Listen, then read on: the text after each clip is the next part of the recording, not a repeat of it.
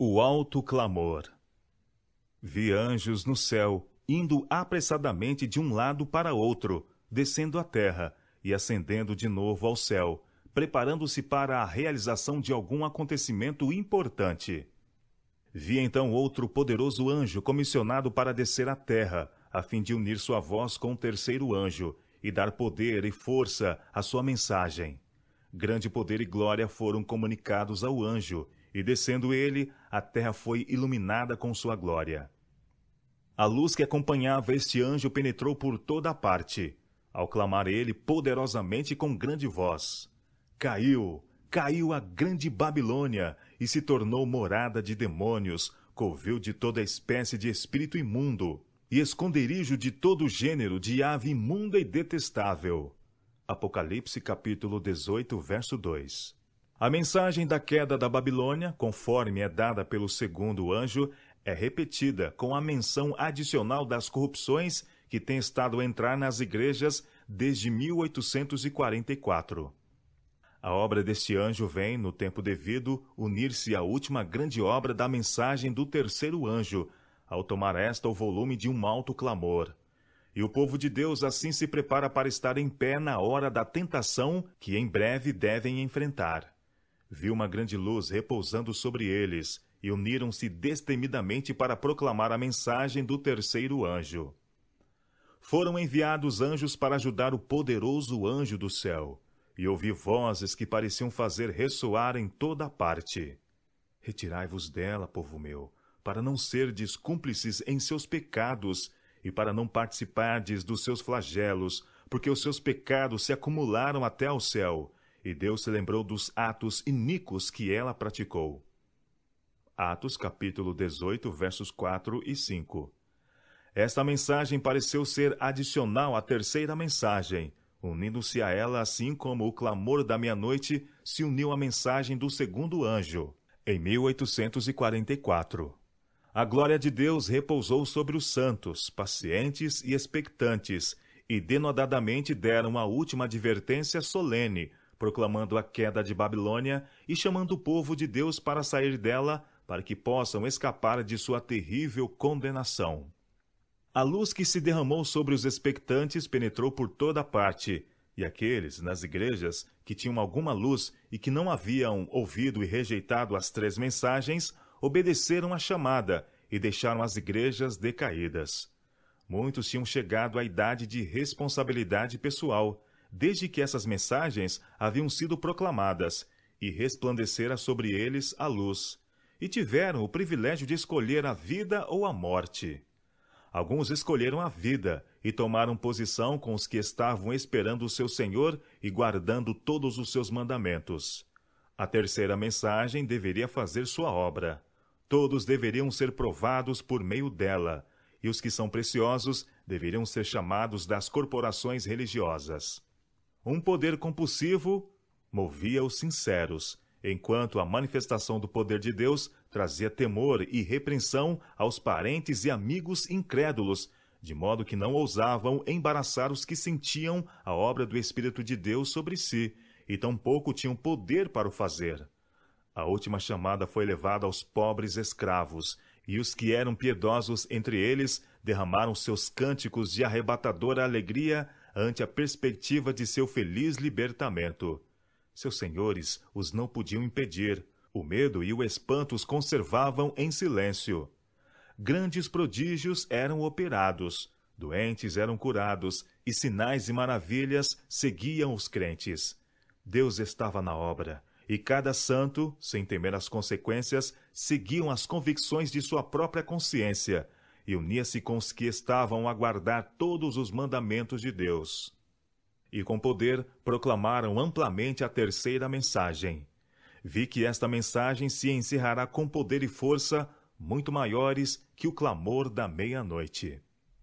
Servos de Deus, dotados de poder do alto, com o rosto iluminado e resplandecendo com santa consagração, saíram para proclamar a mensagem provinda do céu.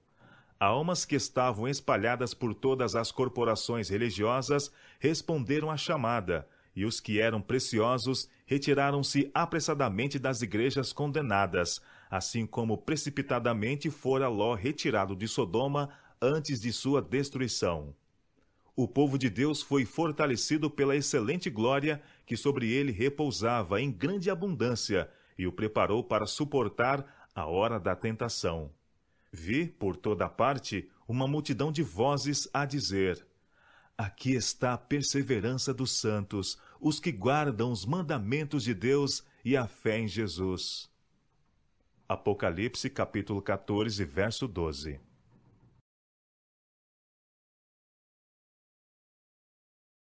A terceira mensagem encerrada. Foi-me indicado o tempo em que a mensagem do terceiro anjo estava a finalizar-se. O poder de Deus havia repousado sobre seu povo. Tinham cumprido a sua obra e encontravam-se preparados para a hora de prova que diante deles estava. Tinham recebido a chuva serôdia, ou o refrigério pela presença do Senhor, e se reanimara o vívido testemunho. A última grande advertência tinha soado por toda a parte, e havia instigado e enraivecido os habitantes da terra que não quiseram receber a mensagem. Vi anjos indo aceleradamente de um lado para outro no céu. Um anjo com um tinteiro de escrivão ao lado voltou da terra e referiu a Jesus que sua obra estava feita, e os santos estavam numerados e selados. Então vi Jesus, que havia estado a ministrar diante da arca, a qual contém os 10 mandamentos, lançar o incensário. Levantou as mãos e com grande voz disse: está feito. E toda a hoste angélica tirou suas coroas quando Jesus fez a solene declaração: continue o injusto fazendo injustiça, continue o imundo ainda sendo imundo, o justo continue na prática da justiça, e o santo continue a santificar-se. Apocalipse capítulo 22, verso 11. Cada caso fora decidido para a vida ou para a morte. Enquanto Jesus estivera ministrando no santuário, o juízo estivera em andamento pelos justos mortos e a seguir pelos justos vivos. Cristo recebera seu reino, tendo feito expiação pelo seu povo e apagado os seus pecados. Os súditos do reino estavam completos. As bodas do Cordeiro estavam consumadas, e o reino e a grandeza do reino sob todo o céu foram dados a Jesus e aos herdeiros da salvação. E Jesus deveria reinar como Rei dos Reis e Senhor dos Senhores. Retirando-se Jesus do lugar santíssimo, ouviu tilintar das campainhas sobre as suas vestes, e ao sair ele, uma nuvem de trevas cobriu os habitantes da terra. Não havia então mediador entre o homem culpado e Deus, que fora ofendido. Enquanto Jesus permanecera entre Deus e o homem culposo, achava-se o povo sob repreensão. Quando, porém, ele saiu de entre o homem e o Pai, essa restrição foi removida, e Satanás teve completo domínio sobre os que afinal se não arrependeram. Era impossível serem derramadas as pragas enquanto Jesus oficiava no santuário. Mas, terminado ali a sua obra e encerrando-se a sua intercessão, nada havia para deter a ira de Deus, e ela irrompeu com fúria sobre a cabeça desabrigada do pecador culpado, que desdenhou a salvação e odiou a correção. Naquele tempo terrível, depois de finalizada a mediação de Jesus, os santos estavam a viver à vista de um Deus santo, sem intercessor. Cada caso estava decidido, cada joia contada. Jesus demorou um momento no compartimento exterior do santuário celestial, e os pecados que tinham sido confessados, enquanto ele esteve no lugar santíssimo, foram colocados sobre Satanás, o originador do pecado, que deve sofrer o castigo deles. Vi então Jesus depor suas vestes sacerdotais e envergar seus mais régios trajes. Sobre sua cabeça estavam muitas coroas, estando uma coroa dentro da outra. Cercado pela hoste angélica, deixou o céu. As pragas estavam caindo sobre os habitantes da terra. Alguns estavam acusando a Deus e amaldiçoando-o. Outros se precipitavam para o povo de Deus e pediam que lhes ensinassem como poderiam escapar dos seus juízos. Mas os santos nada tinham para eles. A última lágrima pelos pecadores tinha sido derramada. Oferecida havia sido a última oração aflita, arrostado o último peso de cuidados pelos pecadores e dada a última advertência. A doce voz de misericórdia não mais os deveria convidar. Quando os santos e o céu todo estavam interessados em sua salvação, não tinham eles nenhum interesse por si. A vida e a morte tinham sido postas diante deles. Muitos desejavam a vida, mas não faziam esforços para obtê-la. Não optavam pela vida, e agora não havia sangue expiatório para purificar o culpado, nenhum salvador compassivo para pleitear a favor deles e clamar: poupa, poupa o pecador por mais algum tempo. O céu todo se uniu a Jesus quando ouviram as terríveis palavras: está feito, está consumado.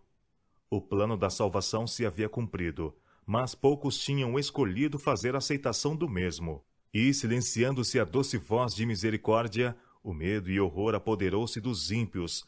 Com terrível clareza, ouviram as palavras: demasiado tarde, demasiado tarde. Os que não tinham prezado a palavra de Deus iam apressadamente de um lado para outro, vagueando de mar a mar e do norte ao oriente, em busca da palavra do Senhor. Disse o anjo: eles não a acharão. Há uma fome na terra, não fome de pão, nem de sede de água, mas de ouvir as palavras do Senhor. O que não dariam eles por uma palavra de aprovação por parte de Deus? Mas não, devem continuar a ter fome e sede.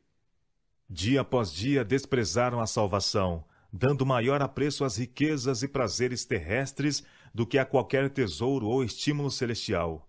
Rejeitaram a Jesus e desprezaram a seus santos. Os sujos devem permanecer sujos para sempre. Muitos dos ímpios ficaram grandemente enraivecidos ao sofrer os efeitos das pragas. Foi uma cena de terrível aflição, pois estavam amargamente a exprobrar seus filhos, e filhos a seus pais, irmãos a suas irmãs, e irmãs a seus irmãos. Altos clamores de pranto eram ouvidos de todos os lados. Foste tu que me impediste de receber a verdade que me haveria salvo desta hora terrível. O povo volvia-se a seus ministros com ódio atroz e os exprobrava, dizendo: não nos advertistes. Disseste-nos que o mundo inteiro deveria converter-se, e clamastes: paz, paz, para acalmardes todo o temor que se despertava. Não nos falastes a respeito desta hora, e aqueles que nos avisaram a tal respeito declarastes serem fanáticos e homens maus, os quais causariam a nossa ruína. Os ministros não escaparam da ira de Deus. Seu sofrimento foi 10 vezes maior do que o de seu povo. O tempo de angústia. Viu santos deixarem as cidades e vilas, reunirem-se em grupos e viverem nos lugares mais solitários da terra. Anjos lhes proviam alimento e água, enquanto os ímpios estavam a sofrer de fome e sede. Vi então os principais homens da terra consultando entre si, e Satanás e seus anjos ocupados em redor deles. Vi um escrito, exemplares do qual foram espalhados nas diferentes partes da terra, dando ordens para que se concedesse ao povo liberdade, para depois de certo tempo matar os santos, a menos que estes renunciassem sua fé peculiar, abandonassem o sábado e guardassem o primeiro dia da semana. Mas nesta hora de provação, os santos estavam calmos e tranquilos, confiando em Deus e descansando em sua promessa de que o meio de livramento lhes seria preparado. Em alguns lugares, antes do tempo para se executar o decreto, os ímpios ruíram sobre os santos para os matar, mas anjos, sob a forma de homens de guerra, combatiam por eles. Satanás desejava ter o privilégio de destruir os santos do Altíssimo. Jesus, porém, ordenou a seus anjos que vigiassem sobre eles. Deus queria ser honrado, fazendo um concerto com aqueles que haviam guardado a sua lei, à vista dos gentios em redor deles. E Jesus queria ser honrado, transladando, sem que vissem a morte, os fiéis expectantes, que durante tanto tempo o haviam esperado. Logo viu os santos sofrendo grande angústia de espírito. Pareciam cercados pelos ímpios habitantes da terra. Todas as aparências eram contra eles. Alguns começaram a recear que finalmente Deus os houvesse deixado para perecer pelas mãos dos ímpios. Se, porém, seus olhos se pudessem abrir, ver-se-iam rodeados dos anjos de Deus. Veio em seguida a multidão dos ímpios, cheios de ira, e atrás uma multidão de anjos maus, compelindo os primeiros a matar os santos. Antes que pudessem, porém, aproximar-se do povo de Deus, os ímpios deveriam primeiro passar por esta multidão de anjos poderosos e santos. Isto seria impossível. Os anjos de Deus os estavam fazendo recuar, e também fazendo com que os anjos maus, que os cercavam de todos os lados, caíssem para trás. Foi uma hora de angústia medonha, terrível para os santos. Dia e noite clamavam a Deus, pedindo livramento. Quanto à aparência exterior, não havia possibilidade de escapar. Os ímpios já tinham começado a triunfar, clamando: Por que vosso Deus não vos livra de nossas mãos? Por que não ascendeis ao céu e salvais a vossa vida? Mas os santos não lhes prestavam atenção. Como Jacó, estavam a lutar com Deus. Os anjos ansiavam libertá-los, mas deviam esperar um pouco mais. O povo de Deus devia beber o cálice e ser batizado com batismo. Os anjos, fiéis à sua incumbência, continuavam a vigiar. Deus não consentiria que seu nome fosse vituperado entre os gentios. Quase chegara o tempo em que ele deveria manifestar seu grande poder e gloriosamente libertar seus santos. Pela glória de seu nome, desejava ele libertar cada um daqueles que pacientemente o haviam esperado e cujos nomes estavam escritos no livro da vida. Foi-me indicado o fiel Noé. Quando a chuva desceu e veio o dilúvio, Noé e sua família já haviam entrado na arca, e Deus os encerrara ali. Noé tinha fielmente avisado os habitantes do mundo antediluviano, enquanto estes caçoavam e escarneciam dele. E quando as águas baixaram sobre a terra, e um após o outro se afogava, viam a arca, da qual haviam feito objeto de tantas pilhérias, livre de perigo a flutuar sobre as águas, preservando fiel Noé e sua família. Assim vi eu que o povo de Deus, o qual havia fielmente avisado o mundo de sua ira vindoura, teria livramento. Deus não consentiria que os ímpios destruíssem aqueles que estavam esperando pela sua trasladação, e que se não encurvariam ao decreto da besta, nem receberiam seu sinal. Vi que se fosse permitido aos ímpios matar aos santos, Satanás e todo o seu exército maléfico e todos os que odeiam a Deus ficariam satisfeitos. E que triunfo seria para sua majestade satânica ter poder na última luta finalizadora sobre os que por tanto tempo haviam esperado ver aquele a quem amam. Aqueles que haviam zombado da ideia de os santos ascenderem para o céu serão testemunhas do cuidado de Deus para com o seu povo e contemplarão seu glorioso libertamento. Ao deixarem os santos as cidades e vilas, eram perseguidos pelos ímpios, que os procuravam matar. Mas as espadas que se levantavam para matar o povo de Deus quebravam-se e caíam tão impotentes como uma palha. Anjos de Deus escudavam os santos. Clamando eles dia e noite, pedindo livramento, seu clamor subia perante o Senhor. O livramento dos santos. Foi à meia-noite que Deus preferiu livrar seu povo. Estando os ímpios a fazer zombarias em redor deles, subitamente apareceu o sol, resplandecendo em sua força, e a lua ficou imóvel. Os ímpios olhavam para esta cena com espanto, enquanto os santos viam com solene alegria os indícios de seu livramento. Sinais e maravilhas seguiam-se em rápida sucessão. Tudo parecia desviado do seu curso natural. Os rios deixavam de correr, nuvens negras e pesadas subiam e batiam uma nas outras. Havia, porém, um lugar claro de uma glória fixa, donde veio a voz de Deus, semelhante a muitas águas, abalando os céus e a terra. Houve um grande terremoto.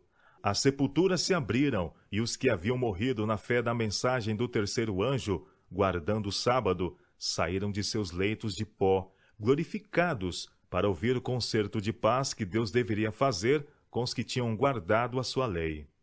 O céu abria-se e fechava-se, e estava em comoção. As montanhas tremiam como uma vara ao vento, e lançavam por todos os lados pedras anfractuosas. O mar fervia como uma panela e lançava pedras sobre a terra. E falando Deus o dia e a hora da vinda de Jesus, e declarando o concerto eterno com seu povo, proferia uma sentença, e então silenciava, enquanto as palavras estavam a repercutir pela terra. O Israel de Deus permanecia com os olhos fixos para cima, ouvindo as palavras enquanto elas vinham da boca de Jeová, e ressoava pela terra como estrondos do mais forte trovão. Era terrivelmente solene. No fim de cada sentença, os santos aclamavam: Glória! Aleluia! O rosto deles iluminava-se com a glória de Deus, e resplandeciam de glória como fazia o de Moisés quando desceu do Sinai. Os ímpios não podiam olhar para eles por causa da glória. E quando a interminável bênção foi pronunciada sobre os que haviam honrado a Deus, santificando o seu sábado, houve uma grande aclamação de vitória sobre a besta e sua imagem. Começou então o jubileu em que a terra deveria repousar. Viu o escravo piedoso levantar-se com vitória e triunfo e sacudir as cadeias que o ligavam, enquanto seu ímpio senhor estava em confusão e não sabia o que fazer, pois os ímpios não poderiam compreender as palavras da voz de Deus. Logo apareceu a grande nuvem branca, sobre a qual se sentava o Filho do Homem. Quando a princípio apareceu à distância, parecia esta nuvem muito pequena. O anjo disse que ela era o sinal do Filho do Homem. Ao aproximar-se mais da terra, pudemos ver a excelente glória e majestade de Jesus, enquanto ele saía para vencer. Um séquito de santos anjos com coroas brilhantes, resplandecentes sobre as cabeças, acompanhava-o em seu trajeto. Nenhuma linguagem pode descrever a glória daquela cena. A nuvem viva, de majestade e glória insuperável, aproximava-se ainda mais, e pudemos claramente contemplar a adorável pessoa de Jesus. Não trazia ele uma coroa de espinhos, mas coroa de glória repousava sobre sua santa fronte. Sobre sua veste e coxa estava escrito o nome: Rei dos Reis e Senhor dos Senhores. Seu rosto era tão fulgurante como o sol de meio-dia. Seus olhos eram como chama de fogo, e seus pés tinham a aparência de latão reluzente. Sua voz soava como muitos instrumentos musicais. A terra tremia diante dele. Os céus se afastavam como um pergaminho quando se enrola, e toda a montanha e ilha se movia de seu lugar. E os reis da terra, os grandes, os comandantes, os ricos, os poderosos, e todo escravo e todo livre, se esconderam nas cavernas e nos penhascos dos montes, e disseram aos montes e aos rochedos: Caí sobre nós, e escondei-nos da face daquele que se assenta no trono e da ira do Cordeiro, porque chegou o grande dia da ira deles, e quem é que pode suster-se? Apocalipse, capítulo 6, versos 15 a 17. Aqueles que pouco tempo antes queriam destruir da terra os fiéis filhos de Deus, testemunham agora a glória de Deus que sobre eles repousa. E por entre todo o seu terror, ouvem as vozes dos santos em alegres acordes, dizendo: Eis que esse é o nosso Deus, em quem esperávamos, e ele nos salvará. Isaías capítulo 25, verso 9. A terra agita-se poderosamente quando a voz do Filho de Deus chama os santos que dormem o sono da morte. Eles respondem à chamada e saem revestidos de gloriosa imortalidade, clamando: Vitória! Vitória sobre a morte e a sepultura! Ó morte, onde está o teu aguilhão? Ó sepultura, onde está a tua vitória? Então os santos vivos e os ressuscitados erguem suas vozes em uma clamação de vitória, longa e arrebatadora. Aqueles corpos que haviam descido à sepultura, levando sinais da enfermidade e morte, surgem com saúde e vigor imortais. Os santos vivos são transformados em um momento, num abrir e fechar de olhos, e arrebatados com os ressuscitados, e juntos encontram seu Senhor nos ares. Oh, que reunião gloriosa! Amigos que a morte havia separado são reunidos para nunca mais se separarem. Em cada lado do carro de nuvem havia asas, e debaixo dele rodas vivas, e movendo-se o carro para cima, as rodas clamavam: Santo! E as asas, movendo-se, clamavam: Santo! E o séquito de santos anjos em redor da nuvem clamava: Santo, Santo, Santo é o Senhor Deus, o Todo-Poderoso. E os santos na nuvem clamavam: Glória, Aleluia! E o carro movia-se para cima, em direção à santa cidade. Antes de entrar na cidade, os santos foram dispostos em um quadrado perfeito, com Jesus ao centro. Estava ele de pé, com a cabeça e ombros acima dos santos e acima dos anjos. Sua forma majestosa e o adorável rosto podiam ser vistos por todos no quadrado. A recompensa dos santos. Vi então um grandíssimo número de anjos trazerem da cidade gloriosa coroas, sendo uma para cada santo, com seu nome escrito na mesma. Pedindo Jesus as coroas aos anjos, apresentaram-nas a ele, e com sua própria destra, o adorável Jesus as colocou sobre a cabeça dos santos. Do mesmo modo, os anjos trouxeram as harpas, e Jesus apresentou-as também aos santos. Os anjos dirigentes desferiram em primeiro lugar o tom, e então todas as vozes se alçaram em louvor grato e feliz, e todas as mãos habilmente deslizaram sobre as cordas da harpa, emanando uma música melodiosa com acordes abundantes e perfeitos. Vi então Jesus conduzir a multidão dos remidos à porta da cidade. Lançou mão da porta e girou-a sobre os seus resplandecentes gonzos, e mandou entrarem as nações que haviam observado a verdade. Dentro da cidade havia tudo para deleitar a vista. Contemplavam por toda parte uma copiosa glória. Então Jesus olhou para os seus santos remidos, seus rostos estavam radiantes de glória. E fixando seu olhar amorável sobre eles, disse com sua preciosa e melodiosa voz: Vejo o trabalho de minha alma, e estou satisfeito. Esta opulenta glória é vossa, para gozardes eternamente. Vossas tristezas estão terminadas. Não mais haverá morte, nem tristeza, nem pranto, tampouco haverá mais dor. Vi a hoste dos remidos prostrar-se e lançar suas coroas brilhantes aos pés de Jesus. E então, levantando-os com sua mão adorável, tocaram as harpas de ouro e encheram o céu todo com sua rica música e com cânticos ao Cordeiro. Vi então Jesus levando o seu povo à árvore da vida, e novamente ouvimos sua adorável voz, mais preciosa do que qualquer música que já tenha caído em ouvidos mortais, dizendo: As folhas da árvore são para a cura dos povos, comei todos dela. Belíssimo fruto estava na árvore da vida, do qual os santos poderiam participar livremente. Na cidade havia um trono gloriosíssimo, do qual provinha um rio puro de água da vida, claro como cristal. Em cada lado deste rio estava a árvore da vida, e nas margens do rio havia outras belas árvores, produzindo fruto que era bom para alimento. A linguagem é demasiadamente fraca para tentar uma descrição do céu.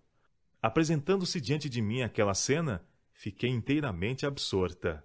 Enlevada pelo insuperável esplendor e excelente glória, deponho a pena e exclamo: Oh, que amor!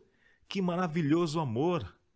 A linguagem mais exaltada não consegue descrever a glória do céu ou as profundidades incomparáveis do amor de um Salvador.